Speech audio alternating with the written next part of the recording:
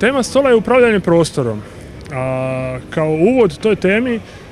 ćemo prezentirati dvije radionice koje su recentno napravljene u našoj organizaciji ili koorganizaciji. Jedna je na temu Palače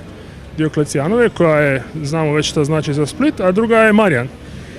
koji je također jedan od nerazdvojnih dijelova, odnosno grada Splita. Neće te dvije radionice biti glavna tema, tema je uopćenito upravljanje prostorom, a povod su te dvije radionice, odnosno problemi koje imamo i sa upravljanjem Palačom i sa upravljanjem Park šumom Marjan. Što se tiče Palače, na stolu nije usvojen još plan upravljanja gradskom jezgrom na koje je Društvo arhitekata dalo svoje primjedbe, naravno sa našeg aspekta, iz područja naše struke. Na taj plan su dali primjedbe još i druge struke, sociolozi, ekonomisti i tako dalje. Sad grad oformljava upravo jedno tijelo koje će se pozabaviti malo tim planom upravljanja. Što se tiče Marjana,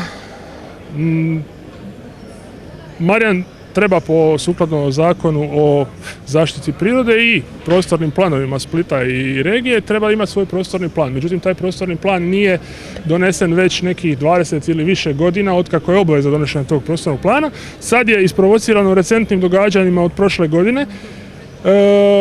pokrenuta izrada tog plana i mi smo sad u ta izrada je relativno dugotrajan proces i mi smo sad upravo na početku toga opet u suradnji sa nekim drugim udrugama kojima je interes Marjan i kojima je njihovo de facto glavno područje djelovanja Marjan, organizirali radionicu da vidimo na koji način mi kao struka promišljamo taj prostor i šta zapravo mi mislimo da se tamo može i treba dogoditi. I ta radionica je okončana, sad će u našoj organizaciji, ovo je recimo bit će sad tu prezentacija te radionice, odnosno nekih od rezultata toga i diskusija će opet biti dijelom na tu temu, a mi ćemo sad u narednom periodu izdati jedan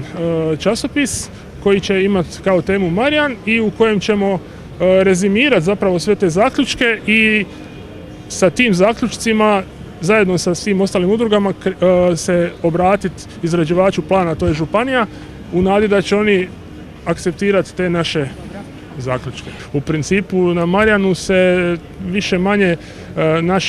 naša razmišljanja su išla u smjeru očuvanja Marjana u maksimalnoj mjeri kako je. Znamo da se granica prostornog plana Marjana i granica izgrađenog dijela ne poklapaju, tako da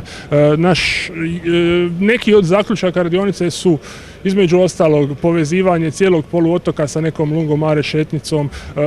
probijanje nekih pješačkih staza i koridora koji će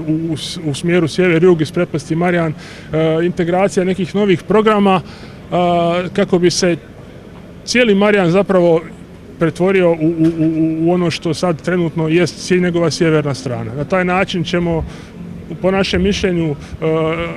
javnosti, odnosno građanima, omogućiti da cijeli Marjan prođu i onda ćemo na taj način možda ostvariti uvjete da se ne događaju neke gradnje koje se zapravo događaju iza očiju javnosti, jer recimo da je to neki kratki rezime.